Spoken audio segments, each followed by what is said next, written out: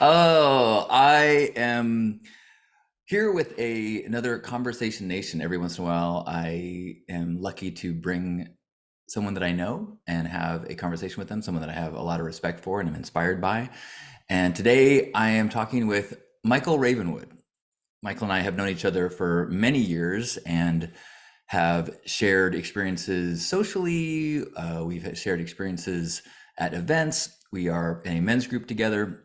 And he is someone who I have really witnessed as a role model of living in integrity, as someone, as an individual, as a performer, as a husband, as a parent, as a community member, as part of this men's group, and as in discipline and body. And so I want to just talk today about. I know you, and I really want to get to know you a lot better. And I love having a public conversation so other people can meet someone that I find so valuable to the world.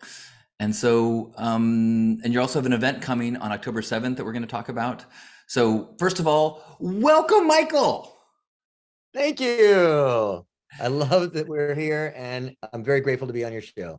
Hey, so let's start with a brief. Tell people what's happening October 7th, and then we'll work backwards. What's happening? Sure. What's happening in San Diego? So I will be putting on my first self-produced event in over 10 years. And we're going to have the lightning performance that I do. I do an act where I wear a high voltage protective suit. I become electrified by a giant device known as a Tesla coil. And I get to throw bolts of lightning as part of our show. And that's all pretty spectacular to watch. But what I'm really excited about is using that spectacle to draw attention to ecological awareness and renewable energy. So the whole thing is a climate change fundraiser. We have a Project Drawdown coming down to give our keynote, address. So we've got presenters along with Skylar Knight of Project Drawdown. We've got people, including yourself.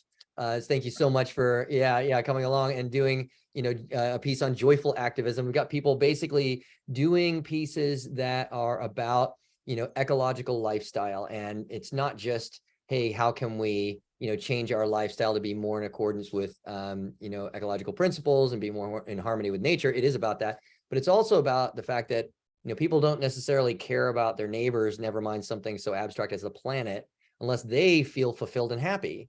And so I'm really looking to include in like ecological lifestyle, like how do we become empowered? So there's a few empowerment workshops. Betsy Finkel, who's your Stay Sparked partner there, she's going to be doing a presentation. And so yeah, we got presentations, and this is more the adult programming during the day. Then for adults and kids together, we've got these flow arts family fitness workshops where it's like, you might be like, I don't want to go to the gym again. Well, just grab a stick and your kid and put on some music, and here's a great workout that we can give you. Whatever, we got all these different things for that.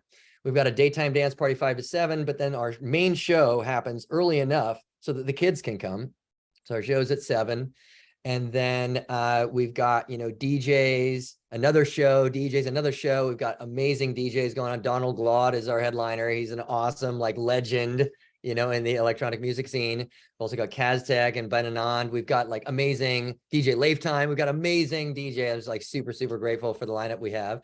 And for the other performers who are going to be doing the show with me, we've got LED and fire performance, as well as this Tesla act, which is, kind of the most new and unique thing we do. And we've also got these lightning immersion experiences where people can this. I think it's the first time in human history, John, that people can buy a ticket to throw lightning. Buy a ticket to godlike power. Here we go. And it's a thing.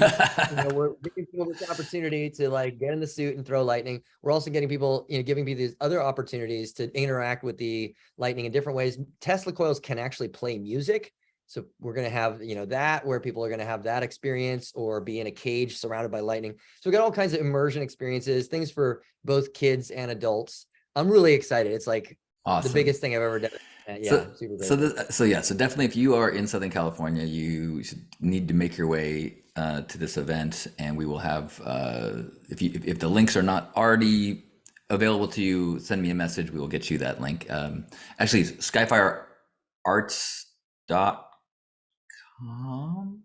That is correct. Okay. Skyfirearts.com/infinite-energy. Or there's even a link at the very top of that skyfirearts.com to the tickets, That's right. because that's how I got my ticket.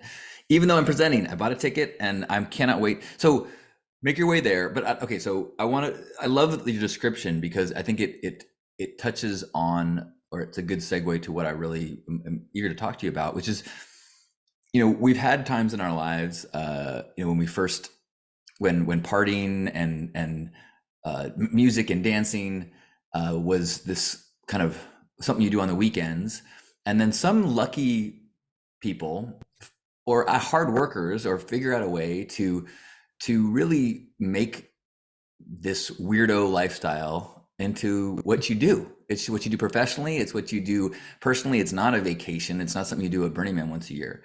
And so you have this feels like a integration of the fringe elements and celebration and learning and all this stuff in life, and making that into your art. Does that sound right? That's absolutely the case. And Mm. yeah, I went and I got a degree in psychology, and then I could have like gone with my degree into a career doing that. I even got like into natural medicine and these different things, but I just kind of literally fell into performing arts and being a performer. Had no education, no professional experience, whatever. I just kind of love to do it so much that when I was doing it, people were like, they were like, "Oh wow, he's really full of love. Like, look at him. He's just like flailing himself around." And eventually it was like, yeah, will you come over here and do that with us? I'm like, really, it's not really my scene. They're like, we'll pay you. I'm like, oh, okay, all right. So how long ago was that, when you first were professionally performing? Yeah, that's a good question. I mean, I've been doing it for like 17 years, I guess, and Okay. it took me a couple of years to be professional, so like 15 years, I Okay. guess, something like that. Yeah. So I'm also a psychology degree graduate, who left that path as well. So okay, so I know that I can remember back when I first saw Fire performing, and just like this is, and now I realize how it's just such a part of my life. It's almost hard for me to notice if there's Fire performing.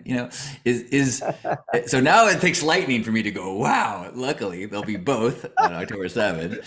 So, do you remember, seeing Fire performing, and or when you first got drawn to that as an art? Yeah, I remember exactly the moments. So it was in my like, natural healing medicine phase when I was the apprentice to a doctor that was teaching at Esalen Institute in Big Sur. And I was there, assisting him in this, 10-day workshop he was doing, whatever. And I was in the cafeteria and overheard some massage therapists next to me talking about fire dancing. And I was just like, wow, this sounds interesting. They talked, and eventually I said, excuse me, like that sounds fascinating. I don't know exactly what you're talking about, but it sounds really amazing. I do some martial arts and I know some stick fighting, some staff fighting, like maybe I could share with you the techniques that I know and it might be helpful to you. And they look at me and they look at each other and they look at me and they're like, well, we're doing it tonight. Why don't you come? And I was like, really, tonight? That's amazing. So I went to, one of their houses and spun fire for the first time, which I don't recommend, by the way, for people on average, that you see it for the first time and you do it for the first night. But I will tell you, it was really the poi. When I saw the poi and this girl spinning the poi, and it was just so mesmerizing. I was like, is that a stick or is that a chain or a rope, or is that, I couldn't tell what it was, but I just so beautiful. And then afterwards I was like, can I do it? I would love to do it. And they're like, let's see you use a staff with no fire. And so I got the staff and I did my thing and they were like, okay.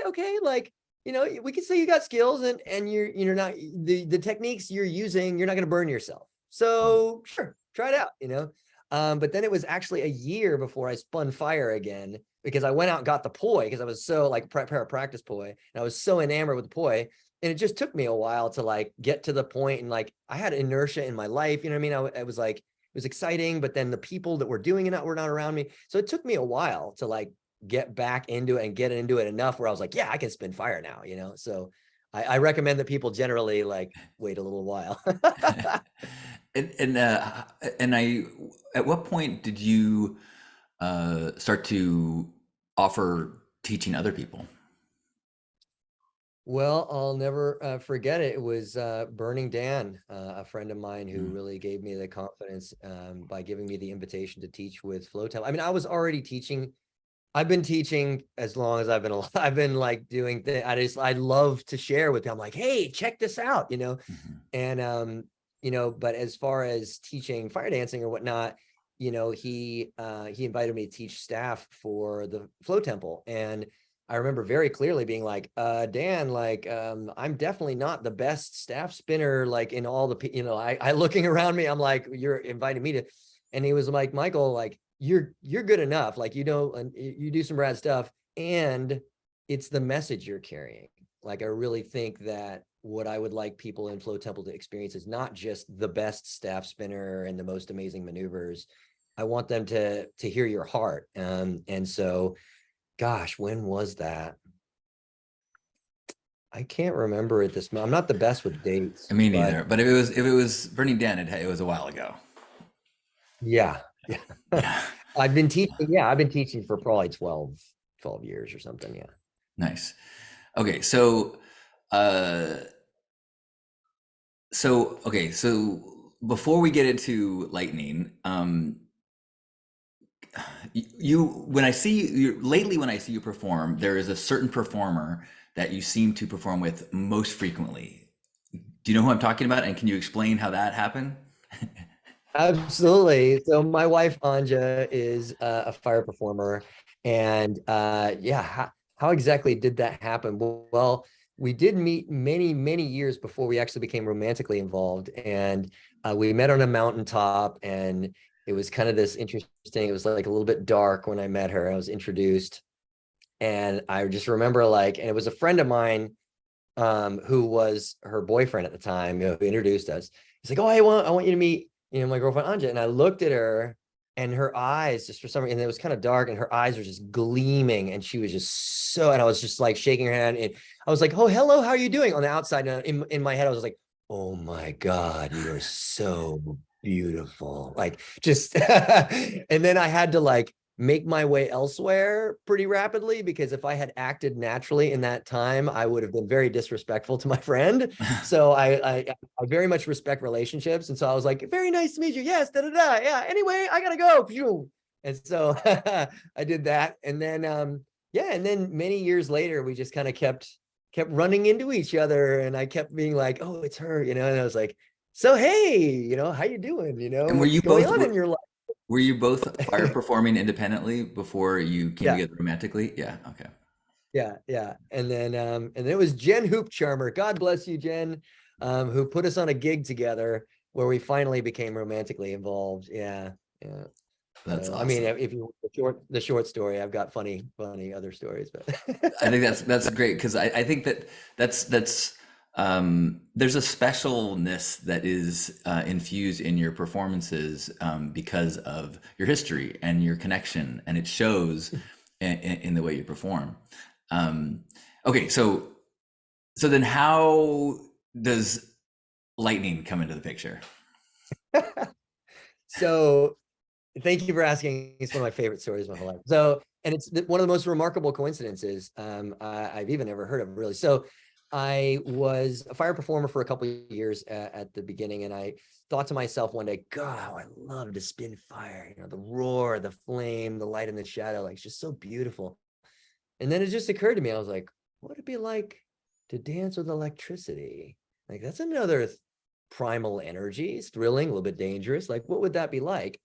And total transparency, my big fat idea was to take stun guns and strap them to the end of a stick and tape their buttons down so they just keep firing, get a pair of goggles and a groin cup, and do some stupid stuff. And before I could get very far with that, now I did go out and I bought the stun gun. I'm a man of immediacy. That's something that I so I'm like, yes, I have this idea. I'm gonna go out, buy the stun guns. I even hit myself with one, because I'm like, if I'm gonna ask my performer friends to do the show with me, I'm gonna I don't want to ask them to do something I'm not willing to do. We might get hit. So hit myself in the arm with the stun gun, and it hurt really bad and made my arm jump. But it wasn't gonna kill me. So then that's where I was like, yeah, just goggles and a groin cup, we should be fine. So so then before I could go very far with this foolish idea, I I was at Starbucks, standing in line, getting a coffee. And the guy standing next to me starts talking to the woman over the counter about his lightning project. And I'm just like, what? And so I listened and I listened. And eventually I couldn't help myself. I turned to him and was like, excuse me. I don't mean to. It's very much like how I got into fire, really. It's like, excuse me. I don't mean to eavesdrop on your conversation, but I did, and I'm interested, and I'm not going to just, go through this life without saying something when that happens. So I was like, I am a fire dancer, and I tell my story, and he looks at me and he goes, that is really weird that you would think those thoughts and then run into me, because I build some of the largest Tesla coils in the world. And in fact, I have also designed a high voltage protective suit in which you can effectively dance with lightning. Now, this is not like 2 or 4 inches of lightning like on the stun guns. This is 15-foot long arcs of electricity. And so I was like, can I get your number? And so he gave me his number. And over the next, and I'm actually going to tell, I'm a little bit more of the story because it's super profound, like how weird. So I didn't even partner with him right away. I just took his number. And the thing was, he was already like putting Tesla coils into the Swiss Science Museum, and he was doing Mercedes-Benz commercials. He was doing all this big stuff. And I was, a fire dancer, art modeling, and LA as a day job. And, I doing my thing, but I wasn't doing the things on the level or scale that he was doing. So I didn't feel confident to be like, well, I need to be your new lightning dancer because I had this coincidence, So then, over next couple of years, I just would call him up every once in a while, like, hey, what are you doing? Oh, this is what I'm doing. And then I was at Lightning in a Bottle, which is an amazing festival no one's ever been.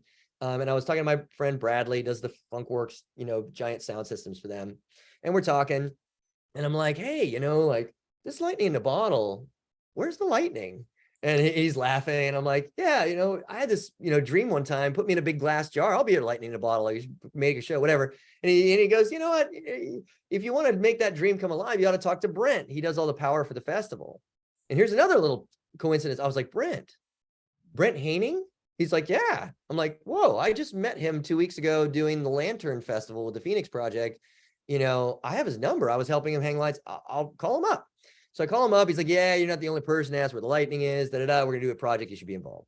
So we stay in touch. And then at that time, and I'm really behind the technology revolution, but like I was just getting texts. I think I just got like a phone that you can get text with, whatever. And I just remember the first text I ever remember getting was Brent sending me a message. We're having a meeting tonight. You ought to come. And I just remember like looking at that and having this strong intuitive sense, like, I need to change my plans and I need to be at this meeting. So I did. And I arrived a little bit late because, whatever, had changed my plan. And I get there, it's already 15 people at the table. I'm like, wow, Brent can pull together a team when he needs to. And at a certain point in the conversation, I feel like it's appropriate for me to introduce myself. Hi, I'm Michael, I'm a fire dancer. I had this dream I'd dance with lightning. And I met this guy in Starbucks, and this guy at the table leans forward and he goes, holy shit, I knew you looked familiar. You're telling the story of how we met. I'm that guy. And I was like, oh my God, I hadn't seen him for years, and everybody was like, what? This is crazy. And anyway, so that was, another powerful coincidence that brought me to dance. And that was the moment where I was really like, and dude, I'll tell you, and I'm not afraid to say it in public, and people will say, I don't know if he's lying about that. I'll show you right now. When I got home, this postcard was laying face down in my driveway, this postcard, and there was a lightning storm over Baldwin Hills. I was living in a place that was in mid-city, and I just saw flashes. This is the same night. I get home the same night. There's flashes out my window. I get on the roof of the garage where I'm living at the time, a converted garage, and there's a lightning storm over Baldwin Hills. And then this photo is in my driveway, which 3 days later, I'm like seeing it. I'm like, what is that? And I turn it over and I'm like, holy shit. So Whoa. this is one of those where, like, to me, God, the universe, whatever you want to call it, is like, knock, knock, baby, knock, right. Fucking knock, like, wake up. This is your way to accomplish your mission in life. So thanks for asking. I fucking love that. What I love is that, I think that you can hear your story and it'd be possible to be like, I want a sign that is so clear. At the same time, the story begins with whispers that you were like, what was that? What was that? Excuse me, what was that? And I think that like, I think that's a really important lesson and awareness, is that like, you might get a sign from the universe that do this, grab you by the shoulders, or you might need to let go of what you think you're supposed to be doing, so that you're just keeping your ears out, so that when you hear that conversation that makes you go, that sounds awesome, that you pull a Ravenwood and say, excuse me, I couldn't help but eavesdrop, but I was. you know because I mean, my path is totally different, but a similar one of letting go of where I thought I was supposed to go, and then noticing that there was these things that were like super exciting, that were in fact, someone just told me, they asked me recently, what would you tell your 20-year-old self? And I was like, or I think it was maybe anyone, and I was like, let go of your conviction of what you think your life is going to be like, because the thing that lights you up might not exist yet. There's a good chance. Look at the world. I mean, the thing that is going to be your life's work and your passion might not exist for a couple years. So, and if you don't keep a little bit of your ears open and your eyes open, you're not going to hear that whispering, and then you're not going to get grabbed by the shoulders. Yeah. So thank you for sharing that. 100%. Yeah. Okay. So the other thing that is that I witness in you is, you have a quality that I see in some people, where like, if you read something that says you should eat ginger every day, you go, ding, I will eat ginger every day, and you just do it. Or you should exercise 30 minutes. You're like, okay, I will exercise 30 minutes every day. I will do it. Like, boom. And I'm like, I'm sitting here going, please don't eat another thing of ice cream. Oh, I did it. So I don't have quite the discipline that you do. And I'm wondering if you could speak to discipline and your daily practices. Wow. Well, I'm glad that I give that impression, because maybe that's inspiring or whatever. But John, I failed for 20 years to have a daily meditation practice. I mean, I would succeed for months at a time. I would succeed for weeks at a time. I would succeed for a day here or there or whatever. But as far as like doing it every single day, like 20 years, I knew that it was the right thing to do, and I knew that I can make time for it. You can, like, one thing I've done for my wife is I gave her a birthday gift a year where it's like 5 minutes of massage every day for the rest of your life. I will just massage you like at least 5 minutes I totally can do that. It's easy. And I'm sure it's going to connect us and it's like, meditation is the same thing, but it's a gift you give yourself. It's like, if I can just meditate a little bit every day, all the rest of my day is going to be amazing. And so what I think Joe Dispenza said it, he's like, if you really knew that it would do that for you, you would just do it. What we do for whatever reason is, even though we might read scientific studies or we might hear inspiring people say whatever, is we don't really believe it, because we haven't experienced it ourselves. And that's a thing that Buddha said. He's like, if you hear it over here, if you read it in a book, whatever, when you have done it is when it lands for you, and when you really listen. So yeah, it was so that's one thing I'll say is, don't give up, or nobody ever like think that it's only people like that seem like me, whatever, that can do it, because it takes effort, and it takes energy, and it takes persistence, and patience. So these are two poles that I use in my life: persistence and patience. And there's no telling what in a given moment you're going to need to display to create harmony in your life. Sometimes you need to just recognize that the wind is not in your favor right now, and the flow is not with you, and you just need to be patient, and you just need to chill. And the more you are trying to be persistent, the more you're just banging your head against the wall, and you're wasting your energy, creating issues for yourself. But then there are other moments where you got to hold on with everything you got, and just never let go. And like, it's like, I'm not going to let go until I die. Like, there's those moments for me in my life or whatever, where you just got to sense it. And so it is between patience and persistence that I've gotten to the place that I am doing the thing that I am doing. And you're right that at this point in my life, I can just be like, that's the thing. And I just do the thing. But I was definitely not like that. And actually discipline is not, I think that like, I'm not naturally disciplined. I'm actually naturally very spontaneous and very like, I can really create good systems to do things, but I'm not as good at like every single day following exactly that same system. I'm more spontaneous, I'm more creative, I'm more like that kind of personality or whatever. But I do want to address just for a moment, like, how did I get to the point where now I am working out every day? I am meditating every day. I am doing all the things every day. And what I did is it was during the pandemic. I actually like what I really like anchored the thing. You know, I was doing pretty good before, but the pandemic, I really used that. And I created a spreadsheet and I had all the different practices that I wanted to do every day. And I recorded every single day, whether I was doing that practice. And if I didn't do the practice, what was I doing instead? What was the thing that distracted me? Or what was it that happened? Or did something perfectly reasonable come in and it's just life or whatever?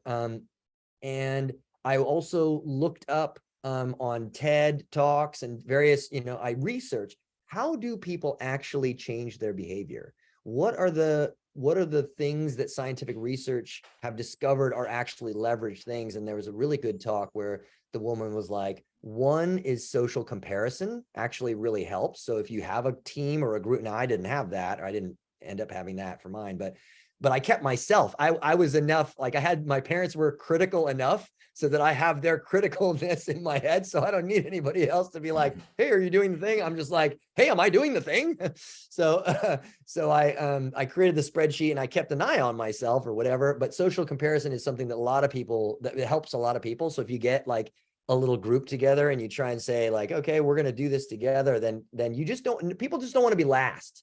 They're kind of happy in the middle actually, but they just don't want to be last, And so that's one of the things. Immediate reward is a thing. Now working out is kind of an immediate reward, but it's like a flywheel. You have to get it going because you do feel endorphins once you work out. And you do notice that like, oh, I actually don't need to drink coffee. If I drink enough water, I actually have a whole system I could go into or whatever. But bottom line is that I created this chart, and for over a year and something, I like daily like looked at my performance and saw what was distracting me and cut it out and like focus on the things that were important that I knew were important. And I was able to craft this daily practice. Nice. And one of your social pressures, I'm guessing it would be your child. And so I'm wondering how parenting affects your actions. And I guess, I mean, you were such an inspiring parent. I wonder if you could just speak to how parenting and how having a little one in your life has affected your being. Well, big question. That's a big question. I'll say this. Lightning throwing is amazing. And very, very few people get to do it in the world. And a lot of people get to parent. But if I had to choose between lightning throwing and being a dad, I would be a dad. And the reason I'm saying that is because the depth of emotional transformation and positivity and just enrichment that has come from being a dad is more than I've had from, throwing lightning. I was at the Olympic Stadium doing it solo in front of 25,000 people. Like that was amazing. I won't minimize that. That's a check mark in my life. Like done that. I'm good. But still just being there for him every day and like looking at parts of myself that I don't like so that I can be better for him. And just, I don't know, there's a depth of experience that I can't convey. Like the parents always say, like, you'll know once you're a parent, it's like impossible to convey to some degree. Also just like, now everything I do is not just for me. It's I mean, before obviously it was for Anja as well, but like when there's another human that's going to live past you, and like there's a whole other world that's going to be affected by what it is that you do, and their life is going to be affected by it. There's a greater sense of meaning and purpose to my life, and it also keeps me on point because there is no more time to waste. Like Mhm. before, when I was younger, it was like there was this illusion of like, oh, I can, go and wait, like and spend my time, just hang out, whatever. And sometimes it is important to just hang out. Okay. That's something I had to learn back again. But when I look at my life and how much time that it is that, really is required for me to be present for him and I mean, I read books. If one thing I can tell everybody out there about parenting, one resource, it's Positive Discipline. And it's a book by a woman named Jane Nelson. She was so successful. The whole system's so successful. Now they have Positive Discipline for 0 through 3 years, for the toddler years, for the the preschool year, for the middle school child. All they have different books for all the different levels of psychology, because to a large degree it is different at different ages. But there's a core of what it is to be a human being that never changes, and that has taught me and that has taught my wife a lot about what we need as human beings and how we need to like treat each other and live our lives and stuff. So it's incredibly powerful. Positive Discipline, really, really cool resource. Definitely a game changer for us. So that, I've read 5 conscious parenting books. You know what I mean? Like I was not fucking around. I was like, I need to know what is going, other people read more maybe, but like, I was like, I definitely need to read some books about, about how to do this in a good way. And so that really, shaped me, but really like just his innocence and like his authenticity and, is really inspiring. It inspires me to find that within, and seeing him see a cat for the first time, just seeing the like absolute wonder. And just when he was very small and he just saw a cat for the first time, and I looked at his face and I saw his face transform, and I was like, whoa, what's he looking at? And then I looked over and it was a cat. And I realized that's the first cat he's ever seen, and it came really close to him. And so he was just like, whoa. And I got to experience, and as a parent, you get to experience over again all of the wonder in life and all of the miracles, just, Mhm. um, Well, yeah. And let just, me. yeah, go So ahead. I want to ask you also about. It's so obvious or so clear, uh, that relationship that you guys have, and that uh, I'm sure there are challenging times, but you never describe parenting as a burden. It is always this super um, growth rich experience, which is it's inspiring because parenting is relentless, and so it's tough to stay in that mindset. It is. It So is. I wanted to ask you about what I started with, talking about kind of being a professional weirdo, and I know that it's not easy to stick with a plan that is not traditional, and I'm sure you have thoughts of like, this would be so much easier if I would just get a traditional job. And so I wonder if you could speak to like what is it what is it about your path that keeps you going, and how do you stay motivated to do your own thing and follow your own drum? Well, you're speaking to something that really is at the core of my whole value system and who I am. So I'll share this little story. So I was on a bus when I was 19, and we were driving into schools early in the mornings, rubbing my face, trying to wake myself up. And all of a sudden I just got this warm, comforted feeling. And I looked outside the window, and something about the giant redwood trees like swaying in the wind and the rocking of the bus. And like all of a sudden, I was the bus and the people on the bus. I was the road. I was the earth. I was the trees and the earth and wind of the trees. And I became everything. And then just as suddenly, I was back in my body. Now I had no spiritual practice. I had no. I mean, I was an atheist at the time. Like, and that moment did 3 things to me. One, I recognize that every moment of a mortal life is tinged with just a hint of fear that something outside of us might hurt us, or something we have might be taken away. But in that moment, I recognize that fear is based on a perspective, which is only half true. It's the perspective that we are separate from things. But just as real as we are separate from things, we are the universe. Like there's this explosion, and then everything hurtles outwards, and supernova after supernova is the Earth, and the Earth evolved, and now the Earth looks like this. Like we literally are the Earth. And that's, to give away the secret of the event or whatever, the infinite energy is you. Like we are the infinite energy, and we're just evolving and expanding. And but in the absolute visceral experience of that unity, not just the intellectual concept, yeah, we're all one, whatever. It was like I felt it. And so all fear fell away. And what replaced it was a radiant bliss, like I was penetrating and being penetrated by every point in time and space. And so that experience is like a reference point for me now. And it came when I was totally sober. And it's just this anchor in my mind of like, oh, that's also real, just as real as all this separation. And in fact, in a way, more real. And if I'm true to that recognition in every moment of my life, like I'm doing something real and meaningful. So that was the first thing. Second thing is I just redefined the word God, because previously I was an atheist, and you could never convince me there was a God, because I still don't believe there's an old man in the sky waiting to punish me for my sins, throw me in a lake of fire. But I just completely redefine that noise, because words are just sounds we make to try and evoke thoughts and feelings in the people across from us, right? So I redefine that noise, God, to mean reality. Oh, there is nothing that is not God. Like this is all God. And so I went from a person who was an absolute atheist who could never convince me to a person, if you try to convince me there wasn't a God now, I would be like, oh, you might as well tell me that there's no reality, because I equate reality to God. I just don't define it the same way other people do. So, and I've noticed that if I talk to spiritual people with that reference point, we get along totally fine. Religious people with their definitions of God, I still have a hard time communicating with them sometimes, but spiritual people, no problem.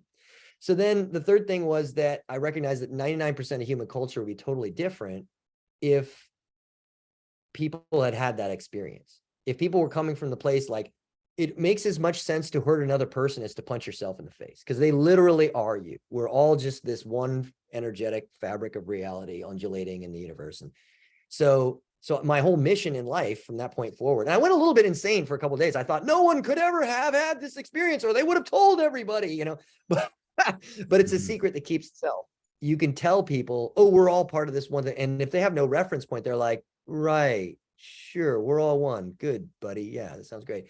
But, I realized if people had that experience, then they would have a reference point for it. And then our whole culture, might survive this next phase in evolution, because right now with the technology being so powerful and our paradigm being so limited, we're in, an interesting pickle right now. But I felt like the one thing that I could do to move us out of that pickle that I was even aware of at that time so long ago was to help spread unity consciousness. So when you say, how do I keep the fire alive in me to be the weirdo? I feel like what I'm doing with the lightning dancing and everything is like a beacon.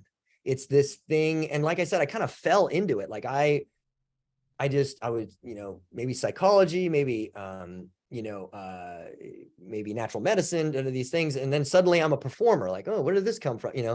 And then I realized, oh, I've always been telling stories throughout my whole, like helping people understand themselves psychologically, throughout my whole, like, whatever, I'm a storyteller. And so now I get like this platform because I'm doing this thing that people want to look at. And I'm like, oh, okay. Like I can use this to do the thing that it is that I'm designed to do, which is, basically share with everybody, hey, ecological awareness is that science has, through ecology, biology, quantum physics, proven what mystics and shamans have essentially been telling us for thousands of years, which is we are all part of this one interconnected fabric, and mind or consciousness is somehow like at the foundation or ground of that. And ecological awareness is just we're connected. And then renewable energy is like, oh, we are acting like we're connected. We're starting to use energy sources and act in ways that are in alignment with the understanding that we're connected to everything. So that's to some degree what keeps me going. But I have to say that alone wouldn't do it, because that alone is a little bit abstract. I have to do things that I love. So I love to dance. So I've had periods of my developing it into a business where I wasn't doing nearly so much dancing. I was doing a lot of computer work and telephone calls and all this stuff. And I started to lose my fire. I started to dwindle, and like it was getting like a burnout, And fortunately, I recognized it, and I was like, wait a minute, I'm like not doing what I love anymore. I have to bring more of it back. So I just started dancing more as part of it. I started doing certain things more and more as part of it. And then so doing what we love, there's a concept called ikigai. And if I can, share with anybody a concept that might help them stay a weirdo or stay the course to be a weirdo and make your career out of it, it's ikigai, which is the intersection, Japanese concept of the purpose in life. And it's the intersection of four things, a Venn diagram, where there's a sweet spot that all of us can find, which is where we're doing what we love to do, but that we're also talented in, like, because those are not always connected, right? Something we have talent that we can build on with skill and then be among the better of the people out there doing what we're doing and creating value with it. So things you're good at, things you love, a thing that actually serves the world, that actually provides something of meaningful value. And then fourth is what you can make money doing, or what you can find your way to trade with, so that you are, and what I call it in Skyfire Arts or whatever, what it's Skyfire Academy, I call it the human energy circuit. When you tap into the universal source of energy by doing what you love, you get a free energy. And then that free energy, you create something of value that other people love. So it's a cycle of love. You love, you create, they receive, they love, they're happy to pay you for what it is that you're creating, because it really is of value to them. And so if that sustains you materially, then you have, like I said, completed the human energy circuit, or found your ikigai, or whatever you want to call it. And then you can basically, what Alan Watts called, play for the rest of your life, because you found a way to feed yourself by play. Woo! Oh, Michael, that was beautiful. So, I so appreciate you sharing. I'm so looking forward to being able to participate in the event on October 7th. Could you let people know how to get tickets, and also, if people are not in Southern California, how they can find out more about what you and what you do? Absolutely. So skyfirearts.com is our website. And if you want to see like a specific video on what we do, it's skyfirearts.com/infinite-energy. Infinite Energy is the name of the event. Skyfire Arts is the name of our company. So that's, the best place you're going to be able to get that, because the ticket links are there and everything. And the video is there if you want to share it with friends or whatnot. Hey, people want to like even share it with it. We're wanting to create mutual benefit. People want to share it with their networks. We give them unique codes. They can earn a free ticket. There's like all kinds of ways to engage. And so that's the way that they can, connect with the event. I can't think of anything else. Great. Yeah. Anything that that you want to leave people with?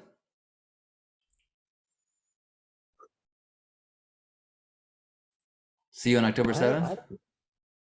I don't know. I feel like I've said some of the most important things that I have to say. I will just say, like, be kind to yourself and be kind to people around you. There is I'll leave with one final piece. So there is a difference between judgment and discernment. That judgment is when you say, oh, this person is that way and they are bad and they are wrong for being that way. Discernment is just saying, oh, they are that way, I'm going to relate to them or change the way that I deal with them in my life in this way. But you're not going to judge them. And this is a way that I will offer people that they can lift so much weight off their shoulder. And really, like, having infinite energy to some degree has to do with, 5 elements, but a lot of it is around just the mind, and how our minds, the way that our minds and our perspectives are, we can admit way more energy, or we can block and resist energy. And one of the prime ways is to recognize, to get access to way more energy, is to recognize that everyone's born with certain qualities and characteristics. Everyone learns through the process of their life to express those or not in given ways. And then everybody is doing the thing that they think is the right thing to do, even if they're horribly misguided. That's what they think is what should be done. So in that way, we're all the same. We're all equal. Sometimes we're right and sometimes we're wrong about what we think the right thing is. And that's everybody, from the most beatific to the most person doing the most heinous stuff. Like we're all the same in that way. And so any judgment that you have for somebody else is actually a judgment on yourself. And what happens is we have judgment for other people and we speak. Be careful of how you use your words. Your words are very, very powerful. If you begin to speak in ways about other people, then you create an atmosphere of judgment in your mind. And then when you yourself inevitably and eventually stray from the path and do things that you don't think are the right thing to do, the tendency, because that atmosphere of judgment is then around you, is to try and rationalize. Oh, I did that, but I did it for this good reason. Or to deny, oh, no, I didn't actually do that. No, it's it creates a tendency to avoid the learning and the growth that we have. Whereas if you just discern other people, oh, that person's that way, I'm going to relate to them. Okay, that person's that, ooh, maybe I don't like that. And it's okay to not like that, but I'm not going to judge them for it. They're just where they're at. They're doing what they're doing. I'm going to be over here while they're over there, you know.